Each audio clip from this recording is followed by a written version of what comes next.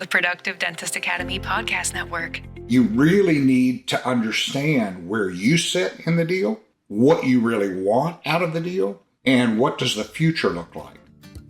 Hello, everyone. This is Dr. Bruce B. Baird, and you're listening to the Productive Dentist Podcast. In this podcast, I will give you everything that I've learned over the last 40 years in dentistry, working with thousands of dentists. I'll tell you, it's not that my way is the only way. It's just one that has worked extremely well for me, and I'd love to share that with you so you too can enjoy the choices and lifestyle that productivity allows. More time for things you love, increased pay, better team relationships, and lowered stress. Let's get into it with this week's episode of the Productive Dentist Podcast.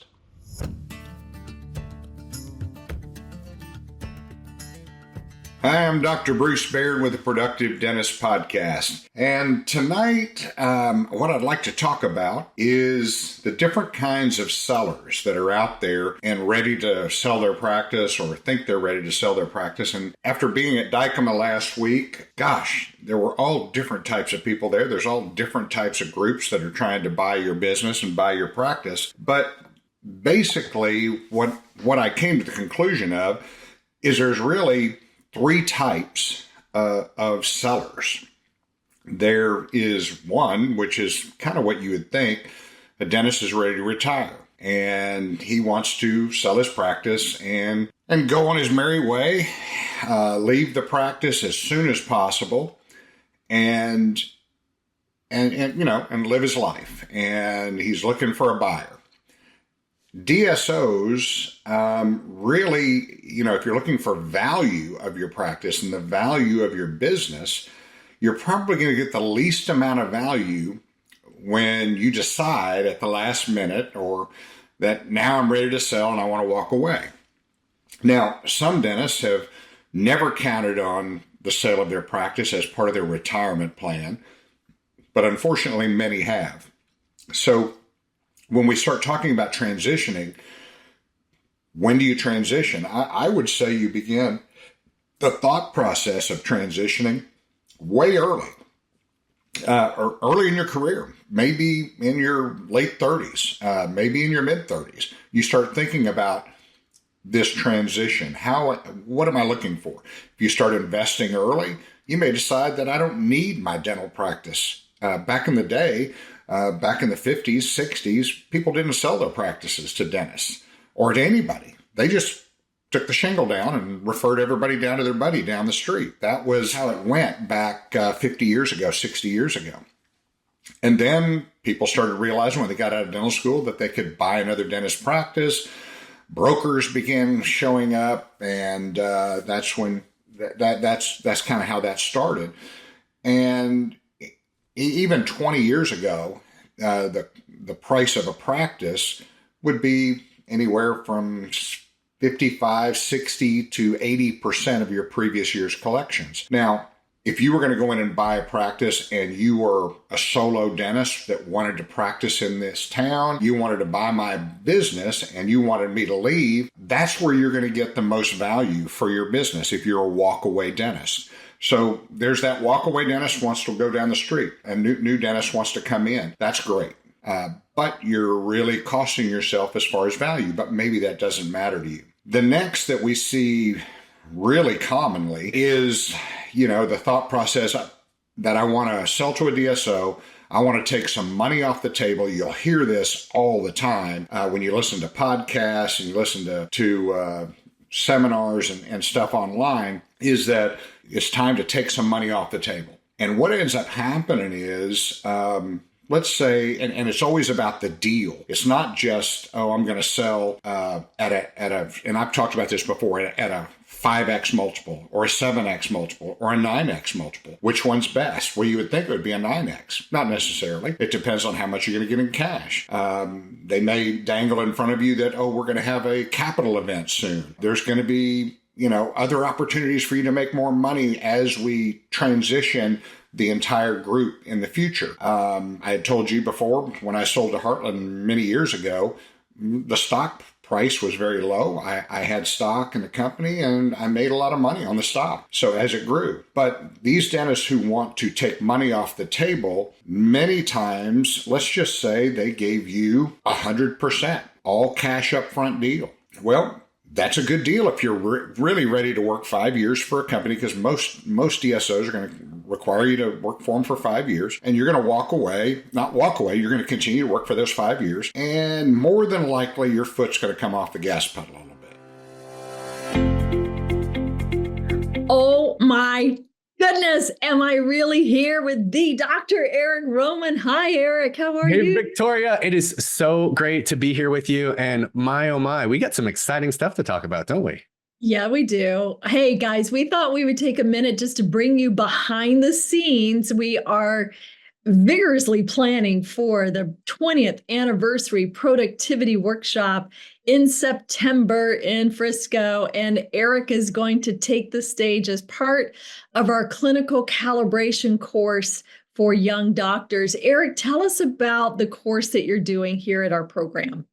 Victoria, what we're talking about is how young doctors, and honestly, doctors at any stage of their development, can calibrate their life to their professional career, calibrating your life and your career. Because one of the challenges I've had the joy over my journey. By the way, Victoria, I don't know that a lot of people know, I actually attended the PDA workshop before I started practicing dentistry. Like, I was still in residency at the time. And so my entire life has been productive. Right? I remember you couldn't even grow a beard back then. Couldn't even grow it. No, I might have had like 2 little blonde facial hairs. How times have changed, right? And so, it had such a massive impact on me throughout my career in PDA. So what a really cool fitting way to hopefully channel some of that incredible career opportunity to the audience and the attendees. One of the things that I found in coaching, in hiring well more than triple digits of associates, and teaching clinical directors, we've got a really hard space inside of our profession right now with the plight of the employed dentist, the dental associate. And we have extraordinarily high turnover. We have ridiculously poor data. And what that really means is that our young doctors aren't getting what they wanted out of their career. And the second thing that I discovered is that financial success does not translate into people getting what they want out of their lives. And if we can't connect our financial success and our performance in doing good while we're doing good in our practices to getting what we want out of our incredible lives, my Victoria, like, why are we doing this in the first place? So I'm going to give all the attendees some really tactical strategies to be able to take back and put into their lives ASAP so that they're going to get what they want out of their dental career. Oh, man, I love that so much. Well, thank you so much for being a part of it. In September, this whole program, the first of its kind in the nation, because it's coming from PDA, and we've never done this before, but it is a program specific to associate doctors. So if you're an owner and you're contemplating hiring an associate, or you've just hired an associate, your associate is stuck in their productivity at 200, 300, 400 an hour, something like 3,000 a day. We can boost that. We can accelerate that and quickly get your associates up to speed where they're producing like an owner. But more importantly, they've got life balance and they're grounded in their happiness and their career. Dr. David Port talks about that a lot, his research study and his doctorate degree, the value creation for doctors. And it really is about values alignment between the work I love and the life I'm building. And so, Eric, there is no one better in our industry, whether you're young or young at heart, that couldn't benefit from your one life system and making sure that your life path is aligned with your career path. So thank you very much for joining us. Thank you, Victoria. I'm excited to see you and the team in September, and can't wait to see who else is going to be joining us there. It's going to be an event that you don't want to miss. So here's your chance. Sign your butt up and get out there. We'll see you in Texas. That's where a majority of the DSOs are out there. Some DSOs will have what's called a clawback.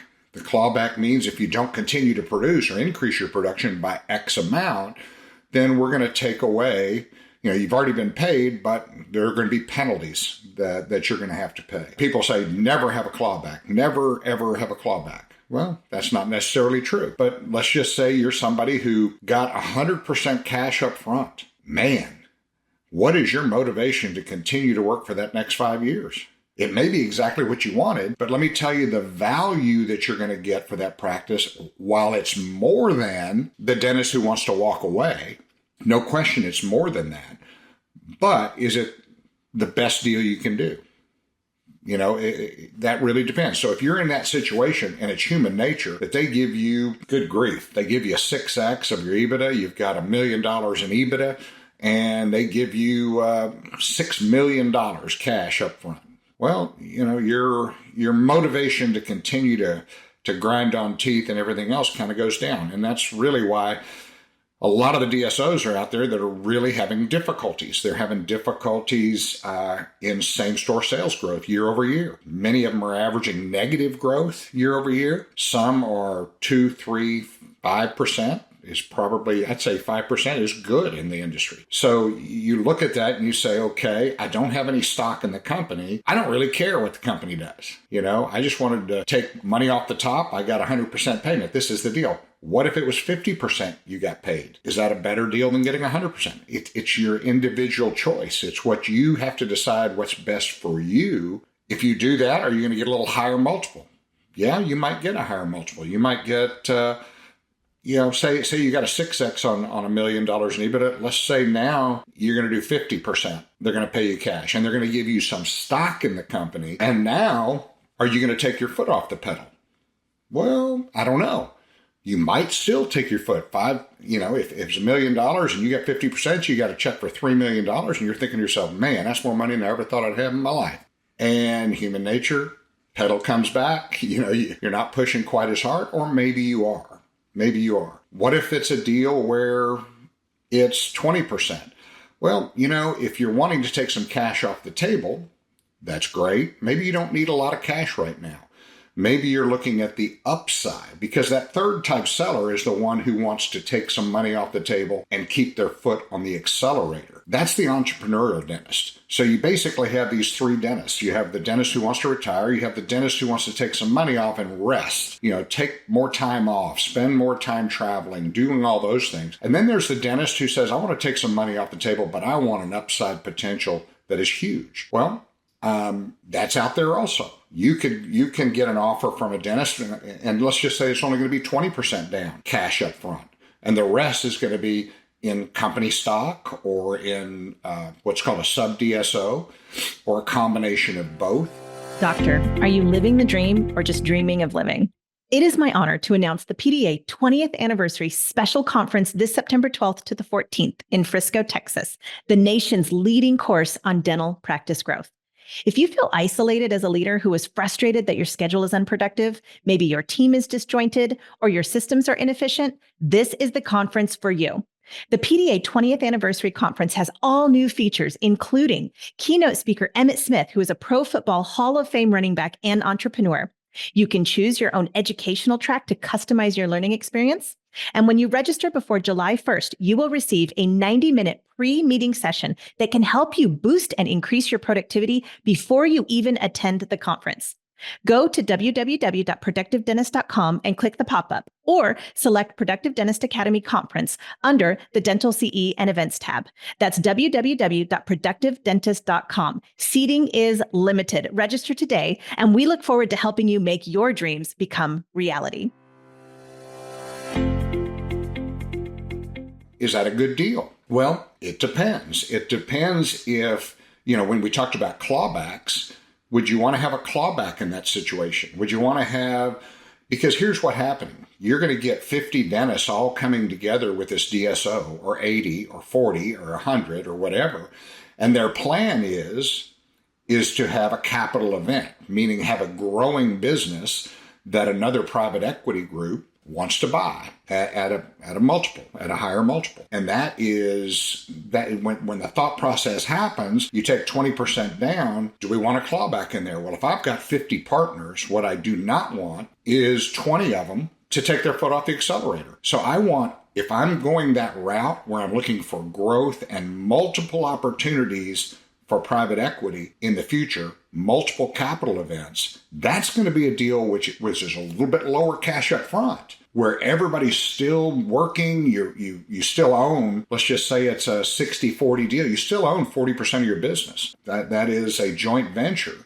And so you may decide, hey, I want to have a bunch of partners that all have their foot on the gas. And guess what? We're growing 15% year over year. Now, do you think private equity is going to be interested in a DSO that's growing 15% year over year? You bet they are. Are they going to pay a premium for it? You bet they will. So in thinking about the opportunities that are out there, you really need to understand where you sit in the deal, what you really want out of the deal, and what does the future look like. Many of these companies that are in negative growth, they're not going to have a capital event. And you'll hear people like David Phelps and his group, great group, and I've known David for years, saying you really don't want, you really can't count. Take the cash up front because you really can't count on it at the back end. Well, you can't count on it on the back end if all the dentists in the group have taken money off the table and have just taken their foot off the gas a little bit.